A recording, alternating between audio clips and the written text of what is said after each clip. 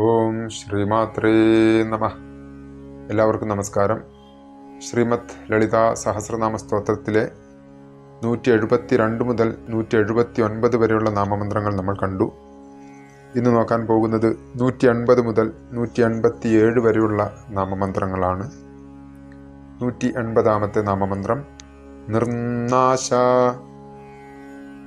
പദം പിരിക്കുമ്പോൾ നാശ, നിർനാശ. ഇവിടെ നാശ എന്നുള്ളതാണ് നിർനാശ എന്നായത്. ഒരുപാട് നാമമന്ത്രങ്ങൾ മുൻപ് നമ്മൾ കണ്ടതാണ്. നിർമ്മല, നിർവികൽപ്പ തുടങ്ങിയ. അതുപോലെ തന്നെ ഇവിടെ നിർ കഴിഞ്ഞിട്ട് ദിത്വമായിട്ടാണ് ഉച്ചരിക്കേണ്ടത്. അപ്പോൾ നിർനാശ. ഈ മന്ത്രത്തിൻ്റെ സ്ഥൂലമായ അർത്ഥം, അമ്മ നാശമില്ലാത്തവളാണ്. ജനന മരണ ചക്രങ്ങൾ, ഉൽപ്പത്തി, നാശം ഇതൊന്നും അമ്മയെ ബാധിക്കില്ല. അതുകൊണ്ട് തന്നെ അമ്മ നിർനാശയാണ്. 181-ാമത്തെ നാമമന്ത്രം മൃത്യുമഥനി. ചൊല്ലുമ്പോൾ ശ്രദ്ധിക്കേണ്ടത് മഥനി, മൃത്യുമഥനി. ഇവിടെ ത്യു എന്നുള്ളതൊക്കെ കറക്റ്റ് കേൾക്കണം. വളരെ സ്ഫുടമായിട്ട് തന്നെ ഇത് ഉച്ചരിക്കേണ്ടതാണ്. അതുപോലെ തന്നെ മഥനി, മദനി എന്നും ചൊല്ലരുത്. അതുപോലെ തന്നെ മഥനി എന്നും ചൊല്ലരുത്. മഥനിയാണ് ഇവിടെ. രഥം എന്നുള്ള ധായാണ്.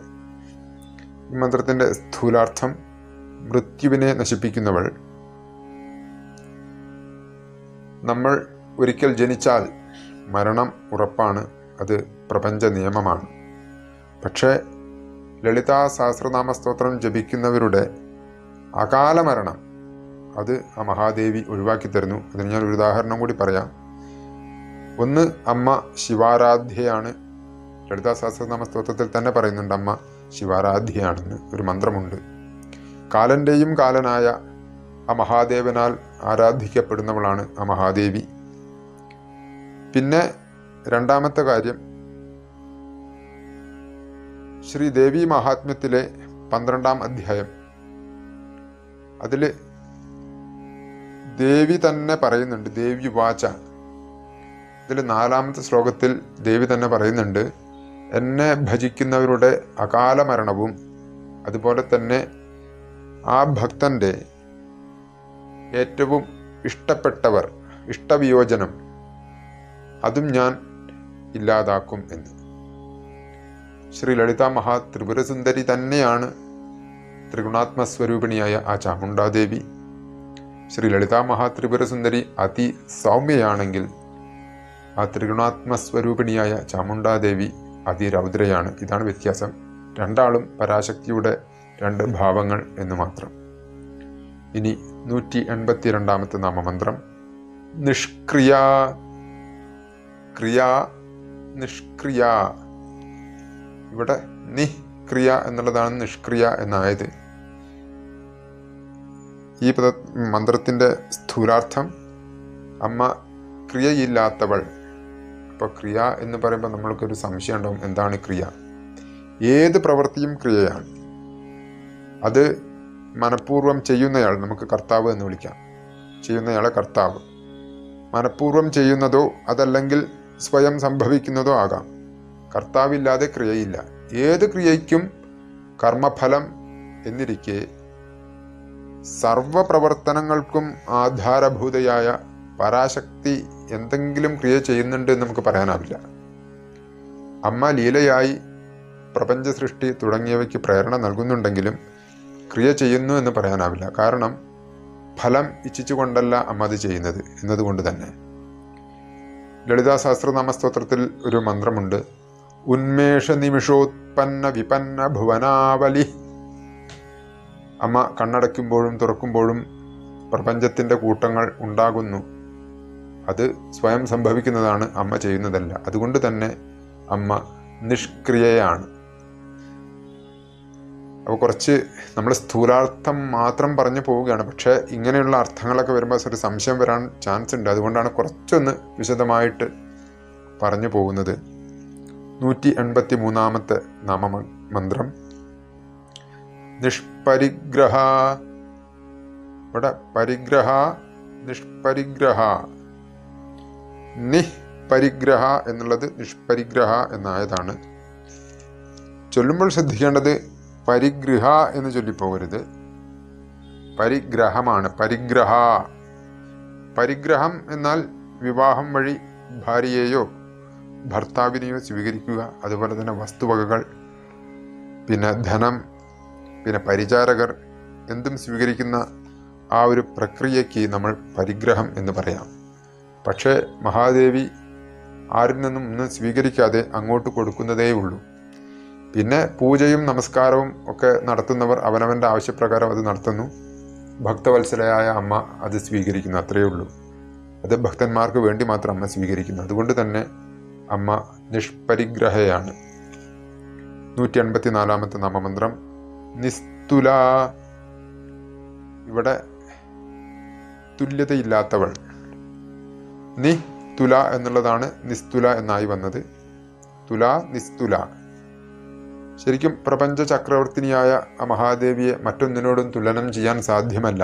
അതുകൊണ്ട് തന്നെ അമ്മയ്ക്ക് തുല്യമായ മറ്റൊന്നില്ല ഈ പ്രപഞ്ചത്തിൽ. അതുകൊണ്ട് തന്നെ അമ്മ നിസ്തുലയാണ്.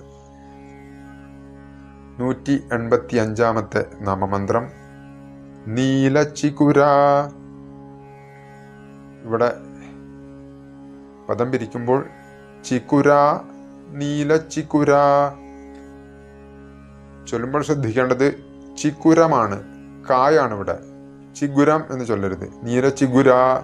മലയാളം ഉച്ചരിക്കുന്നത് പോലെ സംസ്കൃത മന്ത്രങ്ങളൊന്നും ഉച്ചരിക്കാൻ പാടില്ല. നീലച്ചിക്കുര എന്ന് തന്നെ ഉച്ചരിക്കേണ്ടതാണ്. നീല നിറമുള്ള ചിക്കുരമുള്ളവൾ, അതായത് കറുത്ത് ഇടതൂർന്ന തലമുടി സ്ത്രീ സൗന്ദര്യ ലക്ഷണമായി പറയുന്നത് കൊണ്ട് തന്നെ അമ്മ സൗന്ദര്യത്തിൻ്റെ മൂർത്തിമത് ഭാവമാണ്. അതുകൊണ്ട് അമ്മയ്ക്ക് നീല നിറമുള്ള ചിഗുരമുണ്ട്. അങ്ങനെയുള്ള അമ്മയ്ക്ക് നമസ്കാരം എന്നാണ് വശിന്യാദി വാഗ്ദേവതമാർ വർണ്ണിച്ചിരിക്കുന്നത്. ഇതിൻ്റെ കൂടെ ഒരു പ്രധാനപ്പെട്ട കാര്യം കൂടി ഞാൻ ചേർക്കുകയാണ്. നമ്മൾ ഇതുവരെ കണ്ടത് അമ്മയുടെ അനുഗ്രഹ സ്വഭാവം, അമ്മയുടെ ഗുണങ്ങൾ. അപ്പോൾ അതിൻ്റെ ഇടയിൽ അമ്മയുടെ സൗന്ദര്യത്തിനെ കുറിച്ചിട്ട് ഒരു കാര്യം ഇവിടെ വശിന്യാദി വാഗ്ദേവതമാർ വർണ്ണിച്ചിരിക്കുന്നു. അപ്പോൾ അതുകൊണ്ട് നമ്മൾ മനസ്സിലാക്കേണ്ടത്, നമ്മൾ നേരത്തെ പറഞ്ഞു ഈ മന്ത്രത്തിൻ്റെ ഋഷി അത് 8 ദേവതമാരാണ്, വശിന്യാദി വാഗ്ദേവതമാർ. അപ്പോൾ 8 ആളും അമ്മയെ കണ്ടുകൊണ്ടാണ് ഈ ശ്രീമദ് ലളിതാ സഹസ്രനാമ സ്തോത്രം രചിച്ചിട്ടുള്ളത്. അപ്പോൾ ഓരോരുത്തരുടെയും സ്വഭാവത്തിലും അവരുടെ കാഴ്ചപ്പാടിലും വ്യത്യാസമുണ്ട്. അപ്പോൾ അതുകൊണ്ട് തന്നെ ഇങ്ങനെ പറഞ്ഞു വരുമ്പോൾ അതിൻ്റെ ഇടയിൽ ഇങ്ങനെ വന്നതാവാം എന്നെൻ്റെ മനസ്സിൽ തോന്നിയതാണ്. അപ്പം നിങ്ങളും ചിന്തിച്ചു നോക്കൂ, അങ്ങനെ തന്നെ ആയിരിക്കില്ലേ? ഇനി 186 നാമമന്ത്രം നിരപായ. പദച്ഛേദം ചെയ്യുമ്പോൾ അപായ, നിരപായ. ഇവിടെ തെറ്റിപ്പോകാൻ ഏറെ സാധ്യതയുള്ള മന്ത്രമാണിത്. നിരപായ എന്നത് ചൊല്ലിപ്പോകാറുണ്ട്. ശരിക്കിത് നി അപായ എന്നാണ്. ഇവിടെ ആ ലോപിച്ചിട്ട് രാ വന്നതാണ്. അതുകൊണ്ട് തന്നെ നിരപായ എന്നാണ് ഉച്ചരിക്കേണ്ടത്. നമ്മൾ സാധാരണയായി ഈ ക്ലാസ് കാണുന്നതിന് മുന്ന് നിങ്ങൾ ചിലപ്പോൾ ഇങ്ങനെ ഉച്ചരിച്ചിട്ടുണ്ടാവും, സാധ്യതയുണ്ട്, നിരപായ എന്ന്. അപ്പോൾ ഇവിടെ അർത്ഥം വരിക അമ്മ പായയില്ലാത്തവൾ എന്നൊക്കെ അർത്ഥം വരും. അതുകൊണ്ട് തന്നെ വളരെ ശ്രദ്ധിച്ചിട്ട് വേണം മന്ത്രങ്ങളൊക്കെ ഉച്ചരിക്കാൻ. അതുകൊണ്ട് തന്നെയാണ് ഇവിടെ നിര പിന്നെ പദച്ഛേദം ചെയ്തിട്ടുണ്ട്.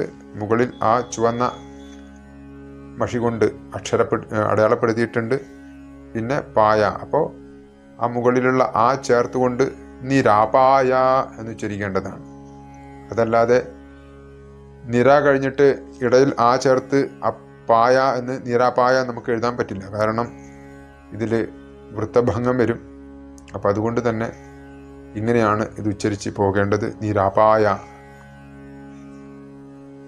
അമ്മ അപായമില്ലാത്തവളാണ്. അപായം എന്നതിന് നാശം, മരണം, ദുരിതം, ദൗർഭാഗ്യം, വ്യസനം, നഷ്ടം എന്നിങ്ങനെ ഒരുപാട് അർത്ഥങ്ങളുണ്ട്. അമ്മയ്ക്ക് അപായമില്ല. അതുകൂടാതെ ലളിതാ സഹസ്രനാമ സ്തോത്രം ജപിക്കുന്നവരുടെ അപായങ്ങളെ, ആ അപായങ്ങളിൽ നിന്നും ആ ഭക്തരെ രക്ഷിക്കുന്നു എന്നും കൂടി ഒരു ധ്വനിയുണ്ട്. കഴിഞ്ഞ വർഷം ഒരു ബൈക്ക് ആക്സിഡൻറ്റിൽപ്പെട്ട എനിക്ക് തെറിച്ചു വീണു. ഹെൽമെറ്റ് ഇട്ടുണ്ടായിരുന്നു. പക്ഷേ ആ മഹാദേവിയുടെ കാരുണ്യം കൊണ്ട് തോല് പോയി എന്നല്ലാതെ ഒരു തുള്ളി ചോര പോലും പൊടിഞ്ഞില്ല എന്നുള്ളതാണ് ഒരു ഭാഗ്യം. അതുപോലെ തന്നെ അത് അമ്മയുടെ കാരുണ്യം എന്ന് തന്നെ വിശ്വസിക്കുന്നു. കാരണം അത്രയും ട്രാഫിക്കുള്ള സ്ഥലം, അണ്ടർപാസിൽ കൂടി പോകുന്ന സമയം, വാഹനങ്ങൾ വളരെ വേഗത്തിൽ വരുന്ന ആ ഒരു സമയം. അപ്പം അതിൽ നിന്നും ആ മഹാദേവി രക്ഷപ്പെടുത്തി. അതൊരു അനുഭവം നിങ്ങളോട് പങ്കുവയ്ക്കുകയാണ്. 187 നാമമന്ത്രം നിരാത്യയാ. ഇവിടെ അത്യയാ നിരാത്യയാ ചൊല്ലുമ്പോൾ ശ്രദ്ധിക്കേണ്ടത് നിരത്യയാ എന്ന് ചൊല്ലിപ്പോകരുത്. നിരാത്യയമാണ് ഇവിടെ. അതുകൊണ്ട് തന്നെ നമ്മൾ നിര കഴിഞ്ഞ് പദച്ഛേദം ചെയ്തിട്ട് ആ മുകളിൽ ചേർത്തിട്ടുണ്ട് നിരാത്യയ. അത്യയം എന്നാൽ അതിക്രമം, ദുഃഖം, മോക്ഷം, ക്ഷമിക്കണം, ദോഷം എന്നാണ് ഉദ്ദേശിച്ചത്. മോക്ഷം നായി പോയതാണ്, നാക്കുപിഴ. ദോഷം, ആപത്ത് എന്നെല്ലാം അർത്ഥം. അപ്പം അമ്മയ്ക്ക് ആ അത്യം ഇല്ല, ഇതൊന്നും അമ്മയെ ബാധിക്കുന്നില്ല. അതുപോലെ തന്നെ ലളിതാ സഹസ്രനാമ സ്തോത്രം ജപിക്കുന്ന ആ ഭക്തൻ്റെ അത്യയത്തെ ഇല്ലാതാക്കുന്നു. അപ്പോൾ അങ്ങനെയുള്ള ആ മഹാദേവി നമ്മുടെ എല്ലാവരുടെയും അത്യയങ്ങളെയൊക്കെ നശിപ്പിച്ച് നിരത്യയായ മഹാദേവി നമ്മളെല്ലാവരും അനുഗ്രഹിക്കട്ടെ. ഓം ശ്രീ മഹാദേവിയെ നമഃ.